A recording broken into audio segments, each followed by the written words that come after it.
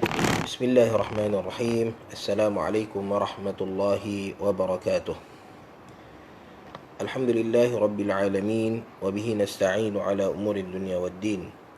Wassalatu wassalamu al-atammani al-akmalani ala khairi khalqillahi ajma'in, Muhammad ibn Abdullah. Salawatullahi wa salamuhu alaihi wa ala alihi wa ashabihi wa man sara ala nahjihi wastanna bisunnatihi wahtada bihadihi ila yaumiddin, amma ba'd. Tuan-tuan, puan-puan, muslimin, muslimat yang dirahmati Allah Subhanahu wa taala, pertama dan selama-lamanya sekali lagi kita panjatkan segala kesyukuran kepada Allah Subhanahu wa taala kerana Allah Subhanahu wa taala masih lagi memberikan ruang dan peluang kepada kita untuk kita terus bersama-sama berada dalam keimanan kepada Allah Subhanahu wa taala, untuk kita terus bersama-sama menghayati peluang datangnya Ramadan al-Mubarak, peluang di mana Allah Subhanahu wa taala buka ruang kepada kita untuk kita bersama-sama dengan Allah Subhanahu wa taala. Kalau dalam kehidupan seharian kita tiap-tiap hari dalam bulan-bulan yang lain, maka kita bersama dengan masyarakat itu lebih baik. Waktu kita bersama dengan masyarakat itu lebih baik, kita berkongsi ilmu, kita berkongsi kebaikan dengan mereka. Itu pada waktu-waktu lain itu yang terbaik. Tetapi apabila tibanya bulan Ramadan al-Mubarak, maka kita dapati contoh-contoh pada Nabi SAW, contoh-contoh dari para sahabat, contoh-contoh dari para salafus salih. Mereka akan berusaha untuk bersendiri dengan Allah Subhanahu wa taala, untuk bersama dengan Allah Subhanahu wa taala. Hatta kita sendiri pun dalam urusan harian kita, biasa kita akan buat perkara-perkara yang kita solat berjemaah, orang nampak kita. Kita baca Al-Quran, kadang-kadang orang nampak kita. Sebab kita bekerja. Lalu perbuatan-perbuatan kita, amalan-amalan kita tak dapat lari daripada pandangan manusia.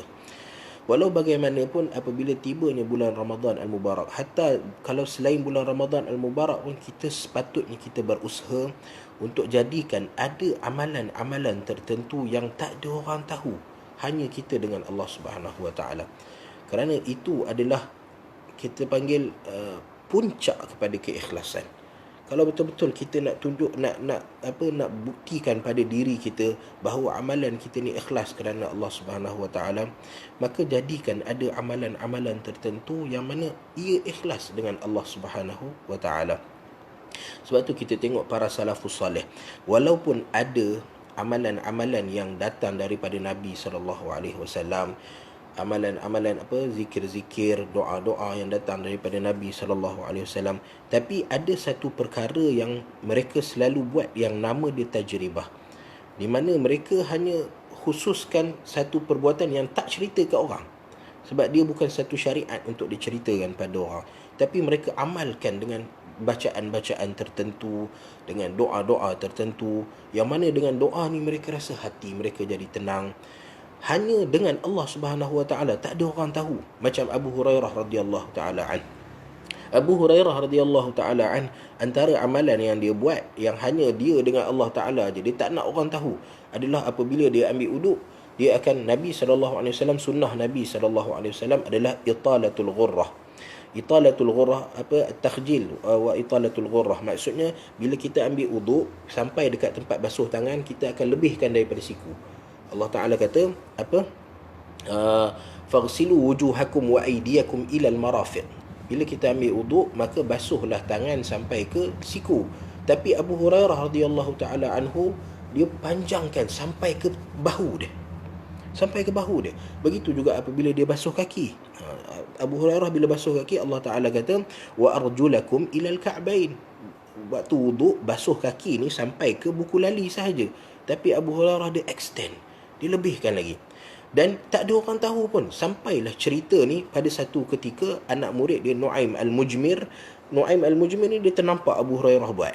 Lalu dia tanya, apa benda yang kamu buat wahai Abu Hurairah? Lalu Abu Hurairah kata pada dia, kalaulah aku tahu kau nampak aku buat benda ni, nescaya aku tak akan buat. Sebab dia ada benda-benda yang hanya dia buat dengan Allah Subhanahu wa taala. Benda ni tak termasuk dalam kategori syariah. So hatta kita pun, kita sendiri jadikan ada amalan-amalan kita, perbuatan-perbuatan kita. Sebab kalau kita cerita pada orang, maka dia akan jadi satu benda lain. Dia akan jadi kita ni bawa syariat ke, kita ni bawa ajaran baru ke. Tapi biarkan ibadah tu dengan Allah Ta'ala. Setiap hari kita derma RM1. Kita lazimkan diri kita untuk derma RM1 setiap hari. Contoh, ataupun antara yang paling banyak orang buat adalah antara selepas solat subuh, di mana Nabi SAW sebut, siapa yang tinggal di musalla dia, di tempat solat dia selepas solat subuh dan tunggu sehingga matahari naik, kemudian solat 2 rakaat, maka dia dapat pahala haji. Bahkan dalam riwayat, ada satu riwayat Nabi SAW kata, tamatun tammah. Bukan setakat haji, tapi haji yang sempurna. So antara renggang antara lepas solat subuh sampai nak tunggu matahari terbit tu, apa yang kita buat? So biarkan ada bacaan-bacaan tertentu yang kita baca, sebab waktu tu waktu kosong. Tak ada bacaan yang diajar oleh Nabi SAW, lalu kita isi dengan benda-benda yang antara kita dengan Allah Subhanahu Wa Taala aje.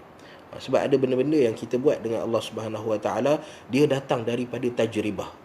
Kita baca subhanallah ke, kita baca alhamdulillah ke, lalu kita membaca 1000 kali. Tapi kalau kita cerita dengan orang, lepas subuh aku baca 1000 kali, so orang akan tanya, kamu buat ni ada panduan daripada Nabi SAW ke? So kita tak nak masuk dalam bab tu. Kita nak ada benda yang hanya kita dengan Allah Subhanahu Wa Taala. So dalam 1 bulan Allah Ta'ala suruh kita duduk dengan masyarakat, tetapi dalam setahun Allah Ta'ala suruh kita duduk dengan dengan masyarakat. Tetapi dalam bulan Ramadan Al-Mubarak, maka kita tengok petunjuk salafus salih, mereka akan mengasingkan diri. Hatta dalam bulan Ramadan ni ada 10 hari terakhir dalam bulan Ramadan di mana Nabi SAW i'tikaf. Nabi i'tikaf, Nabi jauhkan diri daripada isteri baginda, Nabi jauhkan diri daripada sahabat baginda. Nabi SAW, di mana orang perlu kepada petunjuk Nabi SAW. Dan petunjuk Nabi dalam bulan Ramadan ialah cuba dekatkan diri kamu dengan Allah Subhanahu Wa Taala. Cuba dekatkan diri kamu dengan Allah Taala. Sebab tu dikatakan dalam bulan Ramadan ini, kalau waktu-waktu lain, fitrah manusia yang Allah Ta'ala cipta adalah tidur di waktu malam dan siang berjaga. Tapi dalam bulan Ramadan Al-Mubarak, sebahagian para ulama, sebahagian ahli ilmu mengatakan bahawa malam tu lebih elok untuk kita jaga berbanding siang. Kerana apa? Kerana fokus pada Ramadan adalah untuk kita mendekatkan diri kita kepada Allah Subhanahu Wa Ta'ala. Dan bahkan kita berharap, sebab Allah Ta'ala kata puasa kita ni Allah Ta'ala yang tentukan pahala dia.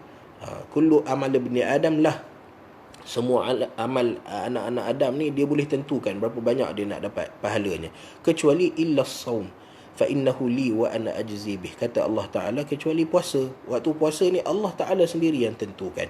So kita nak dapat pahala banyak, maka kita kena lagi banyak, kita lagi dekat kita dengan Allah Ta'ala, lagi banyak kasih sayang Allah Subhanahu Wa Ta'ala yang Allah Ta'ala beri kepada kita, maka insya-Allah lagi banyak pahala yang kita dapat daripada Allah Subhanahu Wa Ta'ala. Jadi insya-Allah kita sambung perkongsian kita pada hari ini dengan kita sambung pada surah yang seterusnya, iaitu surah An-Nasr. Surah An-Nasr. Okey, surah An-Nasr ini adalah surah yang terakhir diturunkan kepada Nabi SAW. Dia bukan ayat yang terakhir ya, surah yang terakhir. Ayat yang terakhir adalah ayat yang diturunkan dalam riwayat selepas Hajjatul Wada', iaitu 9 hari sebelum kewafatan Nabi SAW, iaitu ayat wattaqu yawman turja'una fihi ila Allah thumma tuwaffa kullu nafsin ma kasabat wa hum la yuzlamun. Ayat sebelum ayat yang paling panjang dalam Al-Quran dekat surah Al-Baqarah. Itu ayat terakhir yang diturunkan kepada Nabi SAW. Adapun surah yang turun segedebu turun kepada Nabi SAW, maka surah yang terakhir diturunkan adalah surah An-Nasr. Surah Idza Jaa Nasrullahi wal Fath. Ada cerita daripada Ibnu Abbas radhiyallahu taala an. Dia berkenaan dengan waktu tempoh turunnya surah ni, maka ada dua kisah. Satu hadis dalam hadis dalam Al-Bukhari daripada Sahal bin Sa'ad As-Sa'idi, sahabat Nabi SAW, yang menceritakan bahawa Nabi SAW bila turun kepada baginda surah An-Nasr ini, maka Nabi kata, aku terasa seolah-olah dah sampai panggilan untuk ajal aku, kata Nabi SAW. So Nabi SAW bila terasa panggilan ajal Nabi, maka sudah tentu ia dekat dekat dengan waktu kewafatan Nabi SAW. Walau bagaimanapun, kebanyakan ahli tafsir mengatakan bahawa surah ini turun adalah selepas daripada peperangan Hunain. Peperangan Hunain. So kita akan cerita tentang benda ni, tapi sebelum tu kita baca dulu surah ni insya-Allah. A'udzu billahi minasy syaithanir rajim. Bismillahirrahmanirrahim. Idza jaa nasrullahi wal fath. Okey, kita nak sebut tentang huruf jim. Okey, di mana kalau kita tengok dalam tajwid, dalam pembelajaran tentang tajwid, maka antara huruf yang diberi penekanan adalah huruf jim. Wahris ala syiddati wal jahri fiha wa fil jimi, kata Ibnu Jazari rahimahullahu taala. Di mana sifat jim ni dia orang tak jaga sangat sifat jim. Sifat jim dia ada syiddah. Okey, dia ada syiddah di mana sebab terutama kita dekat Malaysia ni. Sebab apa dekat Malaysia ni dia ada problem sikit huruf jim? Sebab kita ada huruf C. C, tahu C? Bila kita sebut C, ca kan? Ca. Okey. Ca ni dia berada antara jim dengan shin. Okey, jim dengan shin. Okey, so kadang-kadang ada orang dia rasa dia sebut jim tapi sebenarnya dia sebut ca. Idza ja nah, kita dah cuba dah. Makhraj jim adalah tengah-tengah lidah sentuh dengan langit-langit atas. Kita dah buat dah sentuh dah. Tengah-tengah lidah sentuh langit-langit atas. Tapi dia keluar idza ja. Jadi dia ke arah ca. So, apa yang menyebabkan kita ke arah ca? Sebab kita ada C. Arab dia tak ada. Arab tak ada ca. Hatta dalam tulisan Jawi pun kita ada ca kan. Jim yang titik 3 tu kan. So, hatta dalam tulisan Jawi pun ada ca. Okey, oleh kerana kita ada ca, maka kadang-kadang kita punya jim tu dia ke arah ca. So, macam mana kita nak sebut jim yang betul? Cara nak sebut jim yang betul adalah dengan jangan bagi gigi jumpa dengan gigi. Lidah kita, tengah-tengah lidah kita sentuh langit-langit atas. Dan kemudian bila nak sebut huruf jim, jangan bagi gigi jumpa dengan gigi. Letak jari supaya bila kita sebut ja. Nampak? Ja. Sebab gigi dia tak main peranan langsung dalam bab huruf jim ni, tetapi kalau kita rapatkan gigi maka dia akan pergi ke arah shin. Sebab shin adalah tempat yang sama, tengah-tengah lidah sentuh langit-langit atas dan kemudian keluarlah sya. Gigi rapat. Sya. Sya. So kalau kita buat benda yang sama pada jim, maka dia akan jadi ke arah ca. So kita tak nak ca, mulut buka. Okey. Idza jaa nasrullahi wal fath. Okey. Boleh sekali lagi ya. Idza jaa nasrullahi wal fath. Okey, huruf yang terakhir adalah huruf ha. Maka kena bagi ha dia, dan ha ni dinamakan ha pedas kerana angin dia keluar, angin. Wal fath. Okey. Kita sambung. وَرَأَيْتَ النَّاسَ يَدْخُلُونَ فِي دِينِ اللَّهِ أَفْوَاجًا. Tak nak sebab fa dia tak ada qalqalah, maka jangan qalqalah kan fa. Okey, so afwaja, daripada fa gigi atas jumpa bibir bawah, kemudian terus pergi kepada wa. Afwaja, jangan afwaja. Okey, kita tak nak qalqalah. Okey, sekali lagi. Wa ra'aitan nasa yadkhuluna fi dinillahi afwaja. Jim, ingat afwaja. Okey. Fasabbih bihamdi rabbika wastaghfir. Okey. Tadi ha wal fath, ha yang angin. Okey. Ha yang lagi satu, ha yang ada dekat sini, dia ada dua ha. Satu ha pedas dia panggil, satu lagi ha simpul tu. So ha simpul ni kedudukan dia paling jauh daripada mulut. So bila kita nak keluarkan dia, daripada mulut, maka kita kena bagi tenaga yang lebih. So kena tolak angin daripada perut untuk keluarkan ha. Okey. Fasabbih bihamdi rabbika wastaghfir. Fir. Okey. Ra nipis, fir. Okey. Fir. Okey. Innahu kana tawwaba. Okey. Jangan lebih daripada 2 harakat. Innahu kana tawwaba. Okey. Surah An-Nasr, surah yang Allah Subhanahu wa taala turunkan, di mana dalam Sahih Al-Bukhari Rasulullah sallallahu alaihi wasallam menyebutkan bahawa bila datangnya surah An-Nasr, Nabi merasakan seolah jiwa baginda sedang memberitahu kepada baginda bahawa ini dah sampai waktu saat kematian baginda. Dipanggil an-na'yu. Dalam Islam dia ada hukum an-na'yu, dan inilah yang difahami oleh Ibnu Abbas radhiyallahu taala anhuma. Bila mana Ibnu Abbas ni dia muda. Okey, dia muda, dan pada zaman Umar bin Khattab, bila Umar bin Khattab jadi khalifah, Umar selalu bawa datang Ibnu Abbas masuk dalam majlis-majlis. Okey, antara majlis yang Umar selalu buat adalah majlis dengan Asyakh Badrin. Maksudnya Umar selalu duduk dengan orang-orang yang menyertai peperangan Badar. So orang yang menyertai peperangan Badar ni kita panggil senior lah, kibarus sahabah. Senior-senior di kalangan sahabat. Okey, jadi sahabat ada sahabat junior, ada sahabat senior. So ada majlis Umar bin Khattab di mana Umar duduk dengan orang-orang senior je. Mana sahabat yang bukan senior, yang tak menyertai peperangan Badar, dia tak boleh join. Tapi pada masa yang sama, Umar dia masukkan Abdullah bin Abbas sekali dalam majlis tu. Sampai ada di kalangan sahabat yang Asyakh Badrin, dia rasa tak selesa. Dia tak selesa. Antaranya adalah Abdul Rahman bin Auf. Lalu Abdul Rahman bin Auf kata, "Wahai Umar, kenapa masukkan budak ni bersama dengan kami? Sedangkan kami ada anak-anak yang sama umur dengan dia. So nanti anak-anak kami kata apa pula, kan? Ibnu Abbas ni umur dia muda. Ketika peperangan Badar berlaku, umur Ibnu Abbas lahir 3 tahun sebelum hijrah, dan perang Badar berlaku 2 tahun selepas hijrah. Umur Ibnu Abbas baru 5 tahun. Umur Ibnu Abbas baru 5 tahun ketika peperangan Badar berlaku. So Ibnu Abbas tak akan dapat menyertai peperangan Badar.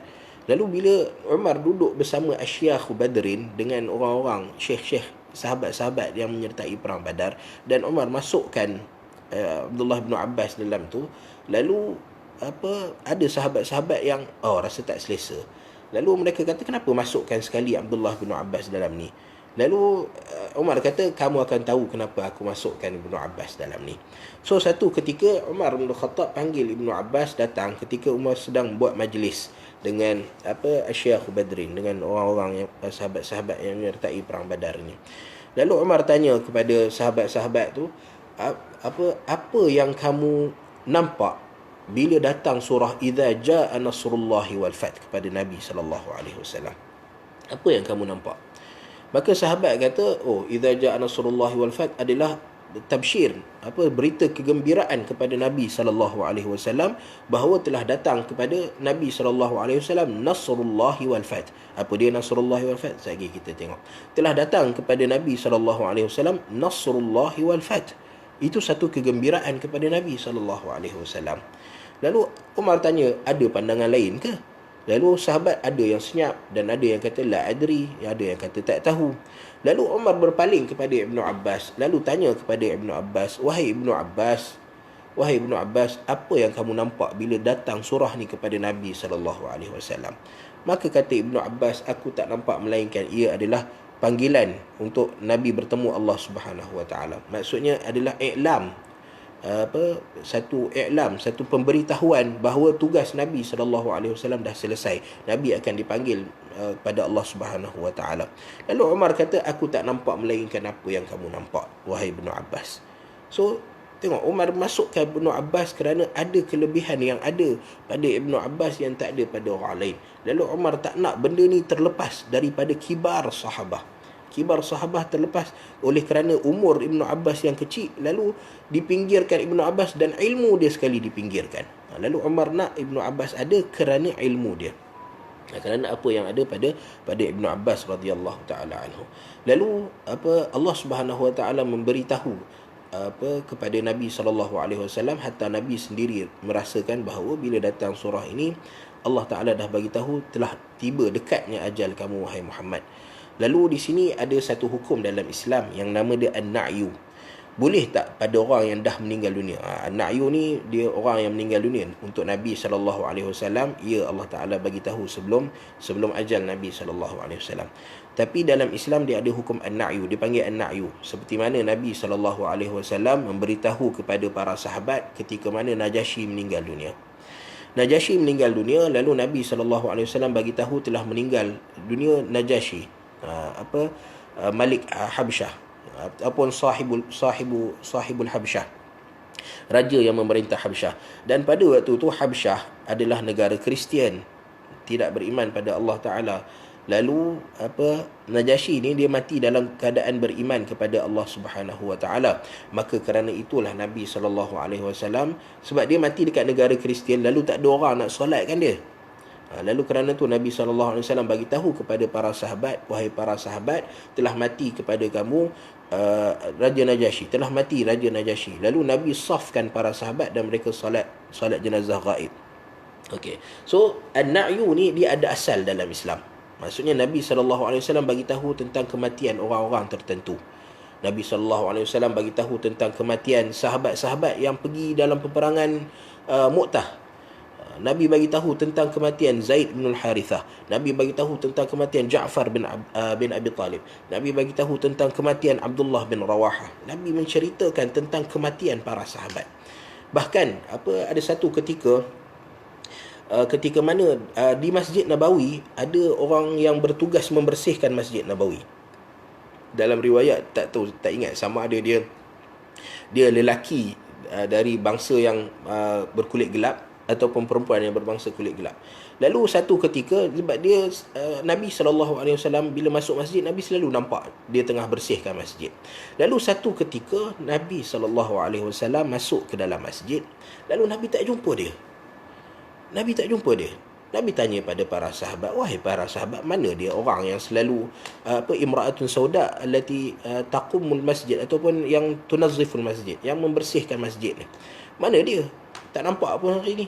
Lalu sahabat kata, wahai Rasulullah, dia telah meninggal malam semalam.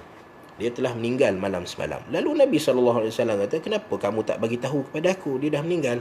So bermakna an-na'yu, pemberitahuan tentang kematian seseorang ada dalam syariat agama.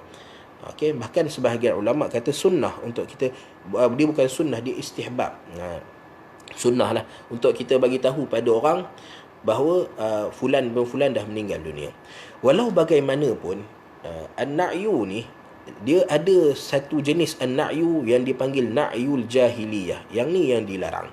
Na'yul jahiliyah ini ialah apabila orang Arab pada zaman sebelum kedatangan Nabi SAW, apabila ada orang yang mati, terutama orang yang ada kedudukan VIP dalam masyarakat dia, pemimpin-pemimpin kaum yang meninggal dunia dari kalangan Arab, maka mereka akan hantar orang untuk bagi tahu pada seluruh pelosok Mekah bahawa orang ni dah meninggal dunia. Pergilah ke satu rumah untuk bagi tahu bahawa fulan bin fulan dah meninggal dunia. Lalu ini adalah adat jahiliah yang dilarang dalam Islam. Sebab tu para ulama melarang untuk kita iklankan kematian di corong-corong atau mimbar-mimbar masjid. Okey, dilarang untuk bagi tahu pada semua orang bahawa orang fulan bin fulan dah meninggal dunia. Okey, sebab itu ada contoh-contoh daripada perbuatan jahiliyah, dan Nabi SAW nak buang saki baki jahiliyah daripada masuk dalam Islam. Lalu apa yang Nabi SAW, kenapa Nabi benarkan an-na'yu ni? Kerana Nabi nak orang ramai berdoa dan beristighfar kepada si mati. Okey, sebab Nabi, antara benda yang Nabi buat, macam Nabi SAW bagi tahu pada sahabat tentang kematian Najasyi agar mereka boleh solat dan berdoa untuk Najasyi. So Nabi SAW bagi tahu supaya para sahabat berdoa untuk mereka, supaya para sahabat beristighfar untuk mereka, minta ampun pada Allah Subhanahu Wa Taala untuk untuk mereka. Maka lagi ramai orang berdoa pada Allah Subhanahu Wa Taala, lagi ramai orang yang meminta ampun daripada Allah Subhanahu Wa Taala, maka insya-Allah Allah Subhanahu Wa Taala lagi tinggi dia punya peratus untuk Allah Subhanahu Wa Taala terima. Hatta dalam kisah perempuan yang membersihkan masjid itu sekalipun, Nabi minta bagi tahu sebab apa? Sebab Nabi nak berdoa untuk dia. Nabi solat pada uh, uh, orang yang membersihkan masjid ni. Okey. So cerita tentang An-Na'yu. Okey. Datang surah An-Nasr ni memberitahu kepada Nabi SAW, wahai Rasulullah, ajal kamu dah hampir tiba. Dan surah ini dinamakan dengan surah An-Nasr. Pun sama juga macam surah Al-Kafirun. Sebab nama ni dia tak muncul dari mulut para sahabat ataupun daripada mulut Nabi SAW. Tetapi para sahabat bila bercerita tentang surah ini, maka para sahabat menyebutkan nama surah ini idza jaa nasrullahi wal fath. So ada riwayat-riwayat yang menceritakan tentang surah idza jaa nasrullahi wal fath. Okey, di mana sebelum kita cerita An-Nasr, okey, kita nak bagi makna An-Nasr dulu. An-Nasr ni maksud dia adalah kemenangan. Okey, pertolongan Allah Taala. So Al-Fath dan An-Nasr dalam bahasa Arab membawa makna yang sama. An-Nasr pembukaan, Al-Fath pembukaan, An-Nasr kemenangan ataupun pertolongan. So pertolongan dengan pembukaan ni adalah satu benda yang kita kata benda yang sama. Okey, walau bagaimanapun apabila datang perkataan ni sekali, kalau perkataan ni datang asing, dia tak sekali, An-Nasr dengan Al-Fatah ni dia tak sekali, maka An-Nasr membawa maksud Al-Fatah, Al-Fatah pun membawa maksud An-Nasr. Tapi bila dia datang sekali, maka di sini Allah Subhanahu Wa Taala nak bagi tahu bahawa idza jaa nasru. Nasrun ini adalah satu pertolongan daripada Allah Subhanahu Wa Taala, dan pertolongan Allah yang paling besar adalah Al-Fatah. Sebelum ni kita dah cerita dalam surah Inna anzalnahu fi lailatul qadr. Kita dah sebut dalam surah Inna anzalnahu fi lailatul qadr bagaimana dalam surah ini Allah Subhanahu Wa Taala sebut tanazzalul malaikatu warruhu fiha biizni rabbihim. Tanazzalul malaikatu warruh. Allah Taala sebut turunnya malaikat dan turun malaikat Jibril. Bukankah malaikat Jibril itu sebahagian daripada malaikat? Tapi Allah Taala khususkan malaikat Jibril dengan sebut nama dia, sebut ruh, iaitu malaikat Jibril, kerana hebatnya kedudukan malaikat Jibril. Begitu juga Allah Subhanahu Wa Taala bila sebut nasrun, pertolongan, Allah Taala keluarkan Al-Fath. Maksudnya pembukaan yang orang Islam buat, pergi tawan negara ni, sebarkan Islam, maka itu adalah pertolongan Allah Taala yang paling besar. Okey. Jadi surah ini dia datang dalam di alsinah para sahabat. Al-mutadawil baina alsinati sahabah adalah nama dia surah idza jaa nasrullahi wal fath. Maka ada hadis contohnya daripada kita baca hadis Aisyah radhiyallahu taala anha. Nabi SAW apabila turun kepada baginda idza jaa nasrullahi wal fath, apabila turun kepada Nabi SAW surah idza jaa nasrullahi wal fath, maka setiap kali Nabi SAW salat, Nabi akan baca dalam rukuk dan sujud baginda, subhanakallahumma wa bihamdik Allahumma ighfirli. Subhanakallahumma wa bihamdik Allahumma ighfirli. Ini kebiasaan Nabi SAW setelah turunnya surah idza jaa nasrullahi wal fath. Tapi kita nak ambil yang dekat depan tu je, bahawa Aisyah bagi tahu setelah turunnya surah idza jaa nasrullahi wal fath. Begitu juga sahabat-sahabat yang lain seperti Ibnu Umar radhiyallahu taala anhuma, maka dia sebutkan nama surah ini adalah idza jaa nasrullahi wal fath. Okay, walau bagaimanapun nama tu panjang, maka kerana itulah ditulis dalam mushaf nama surah ini adalah surah An-Nasr. Okey, surah An-Nasr, dan ayat dia 3 je. Dia adalah antara surah Makkiyah ke Madaniyah? Surah Madaniyah, sebab kita dah cerita tentang peristiwa di mana turunnya surah idza jaa nasrullah. Bahkan dia adalah surah yang terakhir diturunkan kepada baginda Nabi SAW. Maka ia diturunkan selepas hijrah baginda Nabi SAW ke Madinah, walaupun ia turun dekat Mekah. Walaupun ia turun dekat Mekah. Okey, ada orang tanya, Boleh tak kita forwardkan message tentang kematian seseorang? Boleh, yang tu tak ada masalah. Itu antara na'yu yang dibenarkan. Yang tak dibenarkan dalam jahiliah ni ialah apabila orang sebarkan maksudnya dengan iklan dengan suara yang kuat. Sebab orang-orang yang dihantar untuk memberitahu tentang kematian ini, dia akan jerit dari satu rumah ke satu rumah, fulan bin fulan dah meninggal dunia, fulan dan fulan dah meninggal dunia. Tujuannya tak lain dan tak bukan adalah untuk orang menangis meratapi kematian seseorang. So sebab tu kita larang daripada raf'us saut. Nak iklan boleh, iklan senyap-senyap, bagi tahu pelan-pelan fulan bin fulan dah meninggal dunia. So kita bagi tahu tujuan dia lain. Tujuan ni untuk kita berdoa untuk mereka, untuk kita sebut inna lillahi wa inna ilaihi raji'un, a'zamallahu ajrak, ahsanallahu azaak. Kita nak bagi doa dan kita nak menggembirakan ahli keluarga dia. Tapi orang Arab jahiliah dulu, dia bagi tahu iklan pada semua supaya orang datang untuk niyahah, untuk menangis meratapi kematian seseorang. Okey, so sebab tu kita larang daripada iklan di pembesar-pembesar suara. Sebab itu menyerupai, ataupun iklan dekat ialah pembesar-pembesar suara, raf'us saut. Sebab dia seolah-olah menyerupai dengan perbuatan jahiliyah. Wa illa na'yu adalah benda yang diperbolehkan dalam syariat agama kita. Okey. Lalu kemudiannya surah ini ada nama-nama lain yang dikenali pada surah ini, tapi nama-nama ni nama-nama yang kurang diguna pakai, seperti nama surah At-Tawdi'. Sebab surah Tawdi' ni maksud dia babai-babai. Tawdi', sebab kita sebut tadi bahawa surah ni bila datang, Nabi SAW merasakan bahawa waktu Nabi untuk bersama dengan dunia ni dah hampir tamat. So nak babai-babai dunia ni. So nama surah ni adalah surah At-Tawdi'. Walau bagaimanapun dia sangat jarang digunakan. Bahkan ada orang yang menamakan surah ini dalam mushaf-mushaf sebagai surah Al-Fath. Okey, dan kita kata kalau boleh kita jauhkanlah daripada penggunaan nama surah Al-Fath, walaupun boleh. Sebab apa? Sebab kita takut dia ada iltibas. Sebab ada satu surah dalam Al-Quran, inna fatahna laka fatham mubina. Surah ni nama dia surah Al-Fath. So kita tak nak bercampur antara dua surah Al-Fath, lalu kita namakan surah ini dengan pendek daripada idza jaa nasrullahi wal fath, iaitu surah Nasrun. Okey, surah An-Nasr. Okey. Kemudiannya berkenaan dengan fadilat-fadilat yang datang dalam surah ini, maka surah ini walaupun dia surah yang menceritakan pengakhiran hidup baginda Nabi SAW, tetapi tidak ada fadilat-fadilat khusus.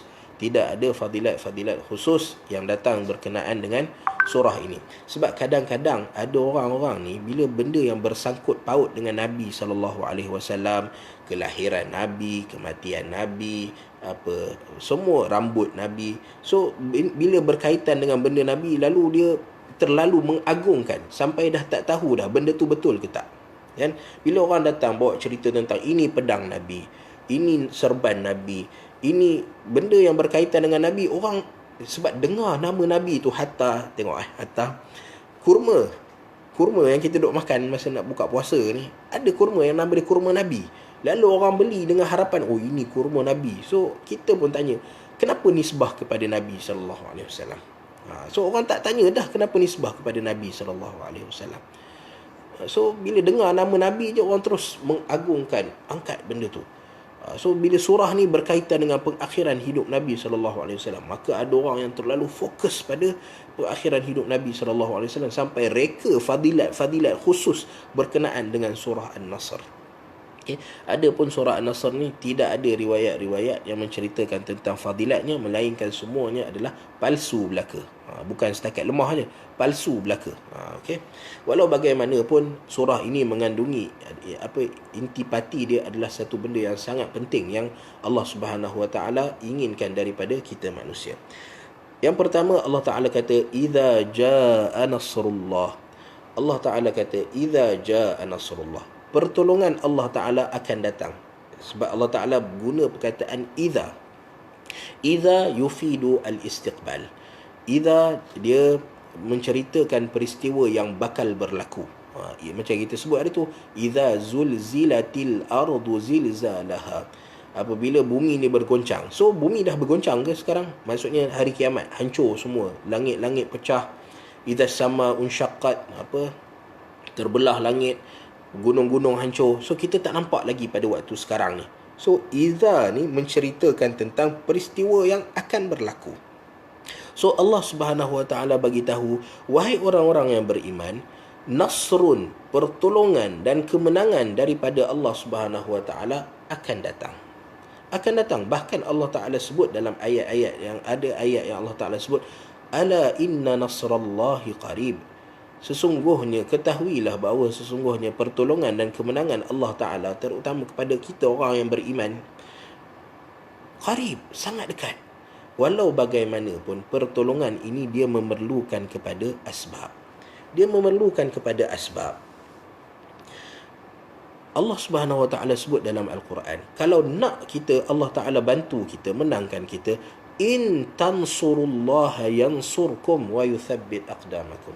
Kalau nak Allah Taala beri nasr, kemenangan kepada kita, kita duk tengok kita sekarang jadi bola. Orang kafir cakap apa, itu yang kita ikut. Amerika cakap apa, itu yang kita ikut. Israel buat apa, itu yang kita ikut. Kita terpaksa ikut sebab kita ni lemah. Macam ghutha usail, kan Nabi SAW kata, tada'a alaikumul umam kama tada'atil akalatu ila qas'atiha. Pada akhir zaman ni, umat Islam ni dia jadi hidangan, yang mana orang-orang yang tak beriman jadikan orang Islam ni sebagai hidangan dia. So kita nak kembalikan majd kita, kita nak kembalikan keagungan, kehebatan Islam tu ada. Kita nak benda tu datang dengan pertolongan Allah Subhanahu Wa Taala. Walau bagaimanapun, pertolongan Allah Ta'ala ada sebab dia. Mesti ada sebab yang mendatangkan pertolongan Allah Ta'ala. So Allah Ta'ala kata, kalau nak pertolongan Allah Ta'ala datang, maka in tansurullaha yansurkum. Kamu kena tolong menangkan Allah Ta'ala dulu.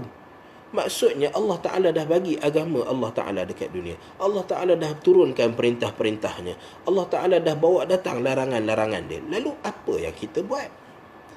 Adakah kita taat pada Allah Subhanahu Wa Ta'ala, ataupun kita engkar pada Allah Subhanahu Wa Taala? Kalau orang yang buat maksiat, kalau berleluasanya orang buat maksiat, orang buat dosa, dan orang yang nak tunjukkan diri dia seorang Muslim ni takut, malu nak tunjuk diri dia seorang Muslim, bagaimana Allah Subhanahu Wa Taala nak berikan kemenangan? Para sahabat Nabi, walaupun bilangan mereka sedikit, tapi izzah, orang offer pada para sahabat untuk tinggalkan Nabi SAW agar tak diazab, tapi sahabat pilih untuk diazab kerana mempertahankan agama Allah Ta'ala. Cerita Khabbab bin al-Arad, di mana orang kafir offer, Khabbab bin al-Arad, mahu tak kalau kamu tukar tempat kamu ni dengan Muhammad? Tak nak. Itu izzah yang ada pada para sahabat, jaga Islam mereka. So kita kalau nak Allah Ta'ala bantu kita, nak Allah Ta'ala bagi kemenangan pada kita, maka kita kena bantu Allah Subhanahu Wa Ta'ala dulu. Sebarkan perintah-perintah Allah Subhanahu Wa Ta'ala, sebarkan larangan-larangan Allah Ta'ala, agar manusia jauh daripada buat larangan-larangan Allah Ta'ala. Ini tidak zaman sekarang ni, orang nak buat benda baik malu. Orang nak buat benda baik malu, tapi orang nak buat benda jahat bahkan siap tukar nama lagi. Riba tukar nama, arak tukar nama, benda-benda tak elok semua ditukarkan nama, dimodernkan. Tapi bila nak buat al-amru bil ma'ruf, orang panggil, oh ini dah keterbelakang, kamu ni orang yang tak ada tak meraihkan kebebasan, orang-orang yang tak menjaga hak asasi manusia. Nampak, kita nak buat benda baik pun jadi malu. Masyarakat pandang benda tu satu benda yang serong. Tapi bila nak buat jahat, itu kebebasan, ikut dia lah. Dia nak cakap apa pun dia cakap lah, dia nak buat apa pun dia buat lah. Itu kebebasan dia. Nampak bagaimana Allah Subhanahu Wa Taala nak tolong masyarakat yang seperti ini. Tapi kalau kita nak pertolongan Allah Ta'ala datang, maka in tansurullaha yansurkum. Ayat dengan syarat, in, jika kamu nak Allah Ta'ala tolong kamu, maka menangkan agama Allah Ta'ala dulu. Lalu kita nak menangkan macam mana? Panduan kita adalah pada para sahabat, pada Nabi SAW. Sebab tu antara cara untuk kita kembalikan semula keagungan kita adalah dengan kita ikut panduan para sahabat. Baca sejarah-sejarah kehidupan mereka, baca sejarah kehidupan para salafus salih, sebab ia boleh membangkitkan keizzah, kemuliaan Islam dalam diri kita tu, dia boleh bangkit semula dengan kita baca kisah-kisah seperti mereka. Baca kisah Rib'i bin Amir, macam mana dia masuk jumpa Rustum. Rustum ni adalah panglima perang kepada kerajaan Kisra Parsi. salah satu daripada dua kuasa besar dunia pada waktu tu, Rom dan Parsi. Tapi bila dia masuk, orang minta dia masuk bukan setakat berjalan kaki je, orang minta dia masuk dan kemudian tunduk kepada Rustum. Tapi dia masuk dengan berkuda. Dia nak tunjuk Islam ni ya'lu wa la yu'la alaih. Islam ni dia tinggi dan tak ada benda yang lagi tinggi daripada Islam. Tengok kehebatan, izzah mereka bila bawa nama Islam. Bandingkan dengan diri kita. Kita nak pakai menutup aurat, kita nak pakai lebih sikit. Orang cakap sikit je kita dah tukar dah. Kalau kita pakai tudung yang labuh sikit, kata apa pakai tudung labuh ni, so kita pun dah apa benda, tukar lah sebab kita nak ikut trend semasa, contohnya. So mana izzah kita sebagai seorang muslim. Okay. So Allah Subhanahu Wa Taala kata idza jaa nasrullahi wal fath. Allah Subhanahu Wa Taala bagi tahu bahawa pertolongan Allah Taala, tengok beza Nasrun Allah Taala bawa datang tanpa alif lam. Tanpa alif lam. Tetapi Al-Fath Allah Ta'ala bawa datang dengan Alif Lam, menunjukkan bahawa Al-Fath itu adalah benda yang spesifik. Bila datang Alif Lam, maka ia bermaksud pembukaan yang spesifik. Tapi Nasrun, pertolongan, Allah Ta'ala tak bawa datang dengan Alif Lam. Allah Ta'ala hanya nisbahkan Nasrun itu kepada Allah Ta'ala. Sebab apa? Nak bagi tahu kepada kita, semua ta'yid pertolongan adalah daripada Allah Subhanahu Wa Ta'ala.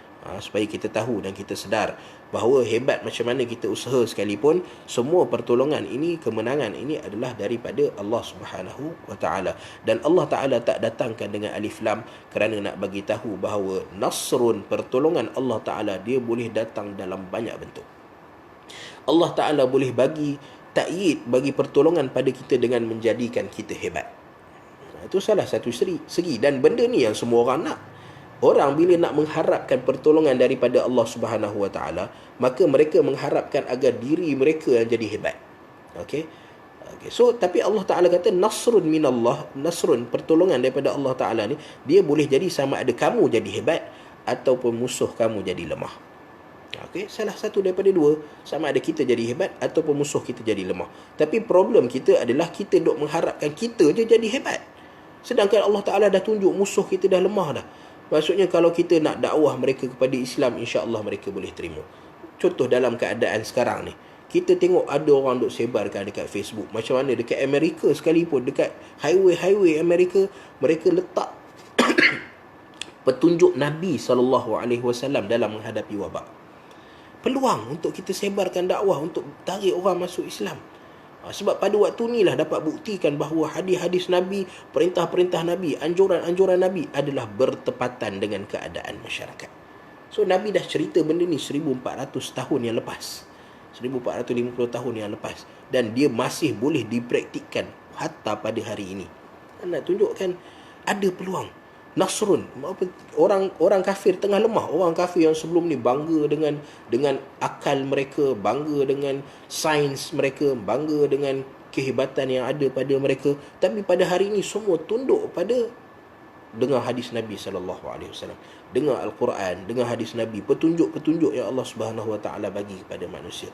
Tapi kita duk tunggu nak kata nasrun minallah bila kita jadi hebat. Bila kita dah menguasai sains, kita dah menguasai teknologi, barulah kita dikatakan itu pertolongan daripada Allah Ta'ala. So kita jangan pandang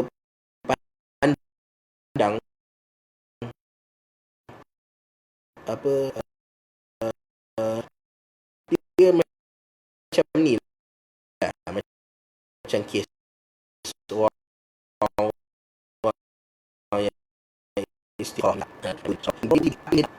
So dia nak, kalau kata dia solat istikharah, tanda Allah Subhanahu Wa Taala kata, perempuan ni adalah perempuan yang sesuai untuk dia adalah contohnya perempuan ni datang bagi salam kat dia ke, bagi kuih kat dia ke. Dia nak yang macam tu. Dia nak benda seolah-olah dia nak Allah Taala ikut kehendak dia.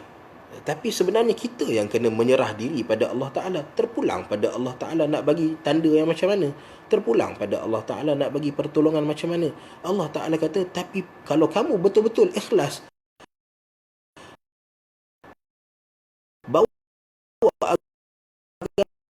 agama Allah Subhanahu Wa Ta'ala, Allah Ta'ala pasti akan datangkan nasrun, pertolongan. Maksud al-fath dekat sini adalah pembukaan kota Mekah. Ataupun tanggungjawab Nabi SAW kepada manusia dah hampir kepada penghujungnya.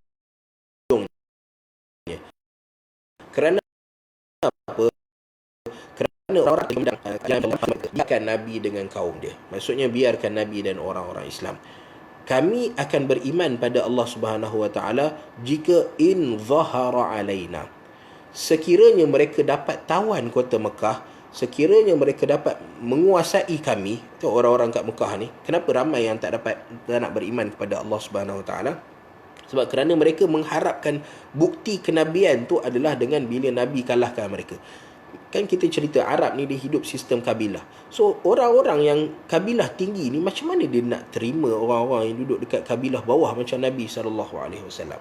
Dan orang yang beriman dengan Nabi pun banyaknya adalah orang-orang du'afa wal masakin. Orang-orang yang lemah, orang-orang yang tak ada kuasa, orang-orang yang miskin, tak ada harta.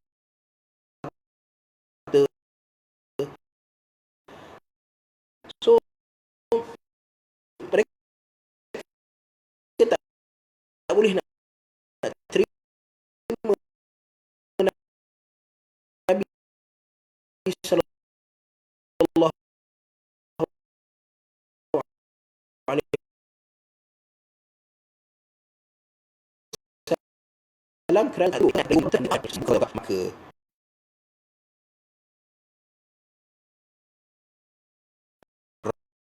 ramai orang masuk dalam Islam. Ramai orang masuk dalam Islam. Bukan hanya penduduk maksud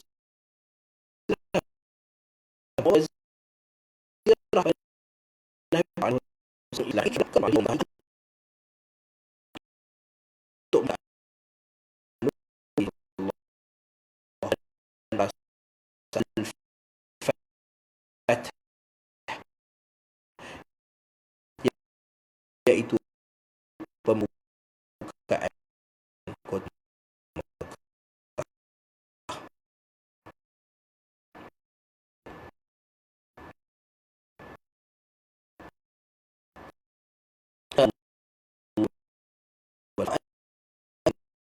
dan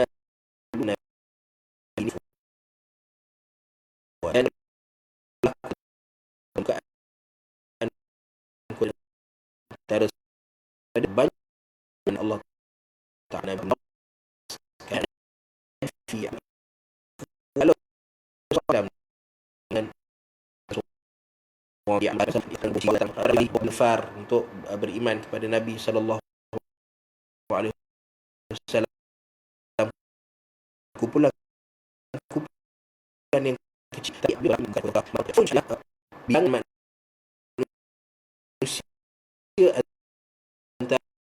antara 3 sampai 9 orang. Okay. Dan yang datang tu bukan kepada Nabi SAW. Sama macam kita pada hari ini. Kita pada hari ini ada benda-benda yang kita bawa, kita cerita pada orang, kebaikan-kebaikan yang kita kongsi dengan orang. So kadang-kadang kita pun terasa, kita ni satu, kita ikhlas ke tak? Yang kedua, benda yang kita bawa ni betul ke tak? Lalu di sana Allah Subhanahu Wa Taala, Nabi SAW bercerita tentang seorang yang buat amalan. Dia buat amalan tapi dia buat ikhlas kerana Allah Subhanahu Wa Taala. Lalu dia tak mengharapkan pujian, dia tak mengharapkan ganjaran, tapi kemudian orang datang, orang puji dia. Orang datang, orang ceritakan kebaikan dia. Lalu sahabat tanya, wahai Rasulullah, macam mana dengan orang ni? Dia buat amalan nak mengharapkan pujian, tapi orang datang bagi pujian pada dia, orang datang, orang lain itu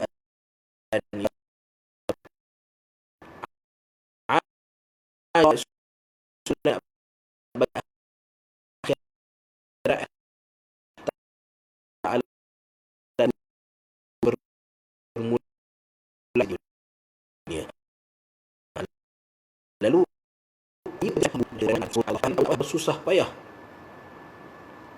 Oh, lain tak okey. Daripada pagi tadi dia tak okey. Daripada pagi tadi dia tak okey. Dia duduk putus-putus. Kita pun tak tahu macam mana. Tak apalah, kita isi yang mana boleh. Sebab line ni dia di luar kuasa kita, tak tahu nak buat macam mana. Tak apa, kita kongsi juga, kita cuba habiskan. Dan kemudian kalau ada peluang untuk saya share sekali lagi, kita share sekali lagi esok pula. Mungkin hari ni line dia tak berapa nak clear. Okey, so ada pun indikator kepada Nabi sallallahu alaihi wasallam. Allah Taala kata pertolongan Allah Subhanahu wa taala kepada Nabi sallallahu alaihi wasallam adalah dengan ramainya manusia datang masuk Islam. Nabi tak payah susah-susah Nabi nak pergi ke kawasan, ke arah Riyadh, ke arah yang arah mana Nabi alaihi wasallam itu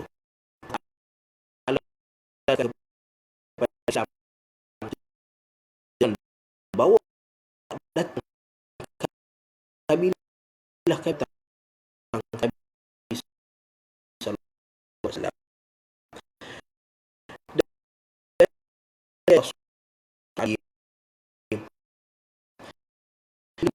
mula daripada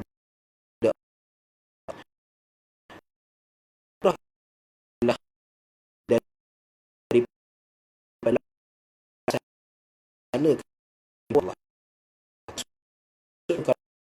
Kalau tak bukan itu tapi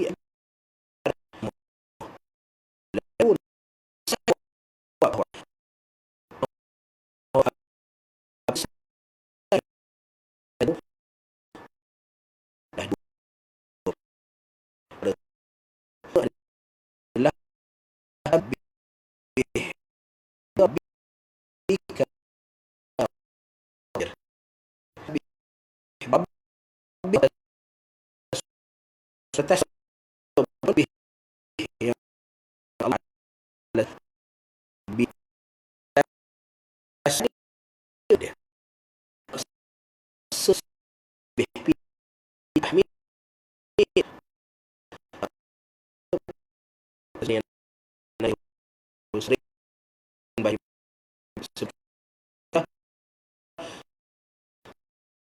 kalau subhanallah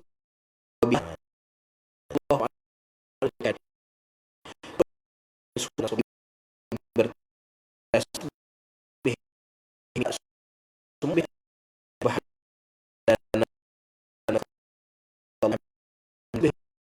semua atas sabab tasbih atas Allah wal kabi dan sebab tasbih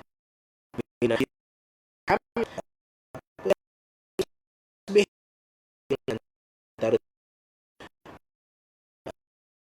dan tahmid baca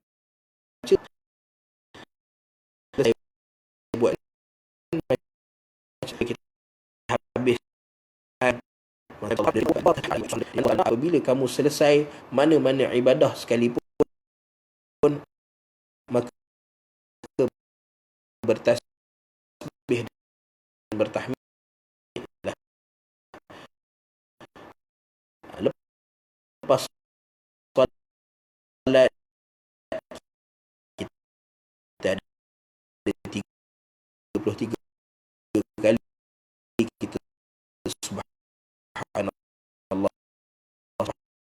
Allah. Dan kita ada untuk pada Allah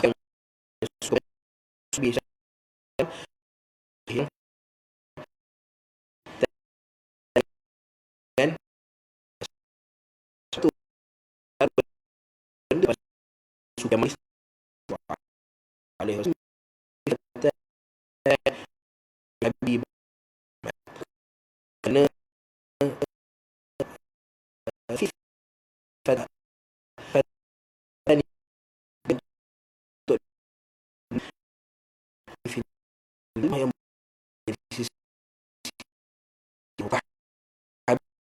bila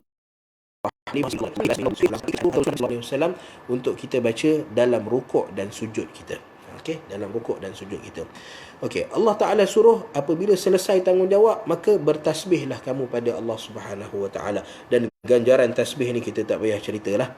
Siapa baca subhanallah ghurisa lahu nakhlatun fil jannah, itu baru satu dia baca, satu kali baca subhanallah wa bihamdih dia dapat ghurisa lahu nakhlun fil jannah. Allah Ta'ala tanam satu pokok dalam syurga untuk dia. So bila mana Allah Ta'ala tanam pokok dalam syurga, itu ada dua kegembiraan. Satu, yang pertama, kegembiraan yang pertama, dia bakal jadi ahli syurga. Sebab kalau tanam pokok tapi tuan dia tak ada, apa fungsinya? So tanam pokok dalam syurga, tanda tuan dia tu bakal jadi ahli syurga. Dan yang keduanya, bila masuk dalam syurga dah ada satu pokok untuk kita. Nanti menyebabkan ringan dan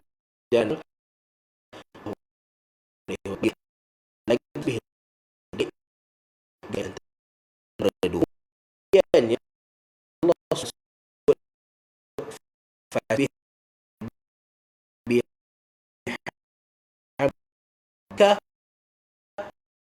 Allah istighfar Allah subhanahu Allah boleh kita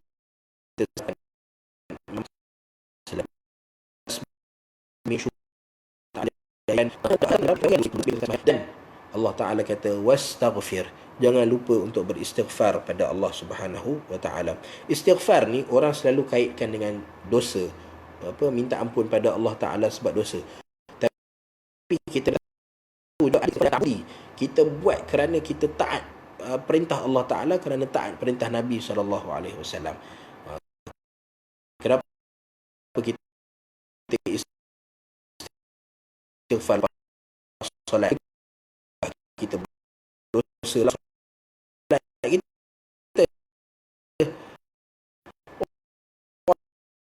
orang tengah solat buat dosa apa dah,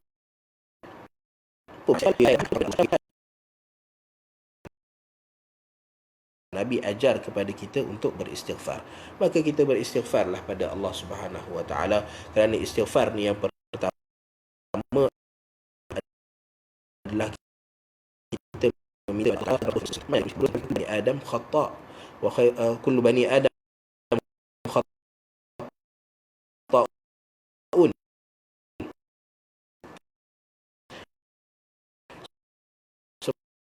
Semua anak Adam ni, semua manusia ni semua berdosa.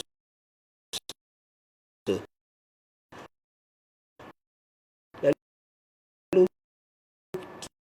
kita nak hilang istighfar kita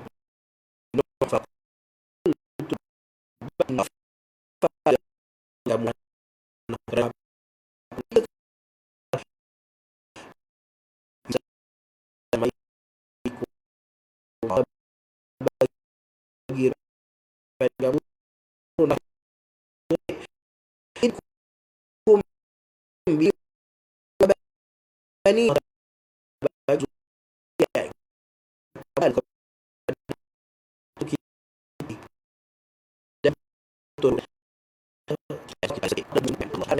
yang Nabi SAW ajar kepada kita sebut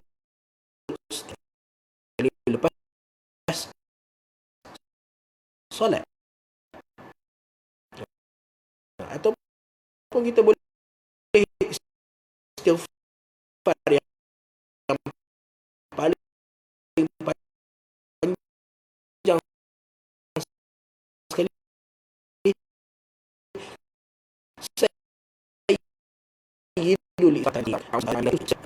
Kita khususkan kita dengan Allah Ta'ala aja. Lalu banyakkan dengan tasbih, tahmid dan istighfar ni. Nabi SAW kata, inni la astaghfirullah wa anta marrah, lebih daripada 70 kali, lebih daripada 100 kali Nabi istighfar kepada Allah Ta'ala.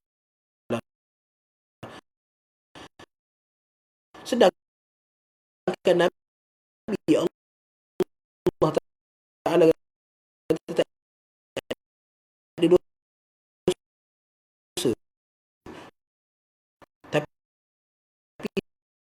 sebab Nabi istighfar kepada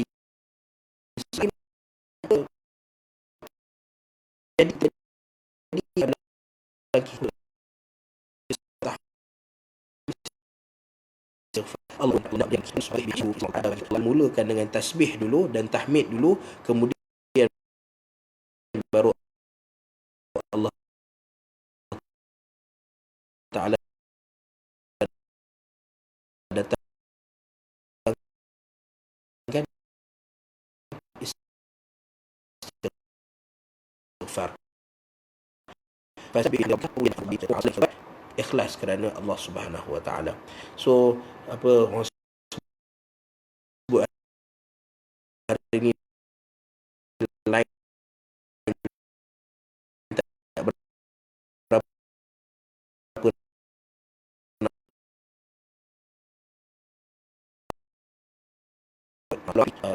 kita ulang ataupun kita kan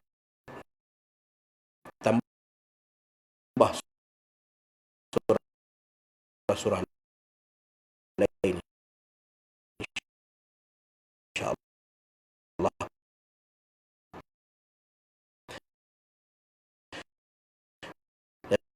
Lalu kita tangguhkan pada takat ni berbanding dengan benda yang Allah Ta'ala bagi pada kita, maka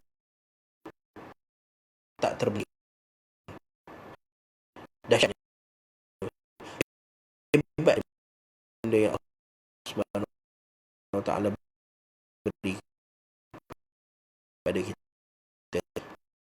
Lalu kita tahmid, tasbih, tahmid dan beristighfar, sebab Allah Ta'ala suka inna